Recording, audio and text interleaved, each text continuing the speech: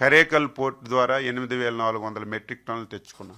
డామ్రా port ద్వారా 10,000 metric టన్నులు తెచ్చుకున్నాం. 28వ తారీఖున గంగవరం పోర్టుకు ఒక 10,350 మెట్రిక్ టన్నులు వచ్చాయి. ఏదైతే మనకి జూలై ఆగస్టు బ్యాక్లాగ్ ఉందో ఈ బ్యాక్లాగ్ లో ఈ 3 రోజులు దాదాపుగా మనం 30,000 మెట్రిక్ టన్నులు తెచ్చుకున్నాం. ఇంకొక సంతోషకరమైన వార్త, ఈ రోజే మనకి 53,000 మెట్రిక్ టన్నులు అలాట్ చేయబడింది కేంద్ర ప్రభుత్వం. కాకినాడ పోర్టు ద్వారా 25,000 మెట్రిక్ టన్నులు, గంగవరం పోర్టు ద్వారా 28,000 మెట్రిక్ టన్నులు మనకి ఈ రోజే అలాట్మెంట్ వచ్చింది. ఎవరు దీని గురించి ఆందోళన చెందవలసినటువంటి అవసరం లేదు. ఇంకొక 20 రోజుల్లో ఇంకొక 20 వెజల్స్ వస్తున్నాయి. కేంద్ర ప్రభుత్వానికి కూడా కృతజ్ఞతలు తెలియజేస్తున్నాను. రాష్ట్ర ప్రభుత్వం తరపున, రాష్ట్ర రైతాంగం తరపున అడిగిన వెంటనే ఇస్తున్నారు. ఇది కావాలని కొన్ని దగ్గరలా ఇది రాజకీయం చేయడానికి ప్రయత్నం చేస్తారు.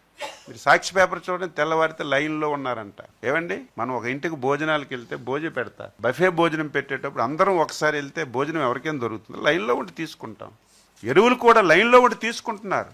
సిస్టమేటిక్గా చేస్తున్నాం. ఎక్కడ ప్రైవేట్ డీలర్ ఉంటే అక్కడ ఒక సెక్రటరీ పెట్టాం, ఒక ఆఫీసర్కి పెట్టాం. ఈ మధ్యన గందరగోళంగా ఏదో దారి మళ్ళీపోతుందంటే ఫస్ట్ టైం ఒక 2-3 రోజుల్లోనే విజిలెన్స్ దాడులు చేశాం. చూసారు లేదు, ఎన్నికి 65 కేసులు పెట్టాం. ఎక్కడ ఎవడున్నా, ఎంత పెద్దవాడున్నా, ముఖ్యమంత్రి గారు స్పష్టంగా ఒకటే చెప్పారు, ఒక్క బస్తా ఎక్కడికైనా సరే డైవర్ట్ అయినా, ఎంత పెద్దవాడైనా సీరియస్ గా తీసుకోమని, కేసులు పెట్టమని వారం రోజుల్లోనే కేసులు పెట్టాం. ఎవరైతే బఫర్ స్టాక్స్ పెట్టారో సీజ్ చేశాం.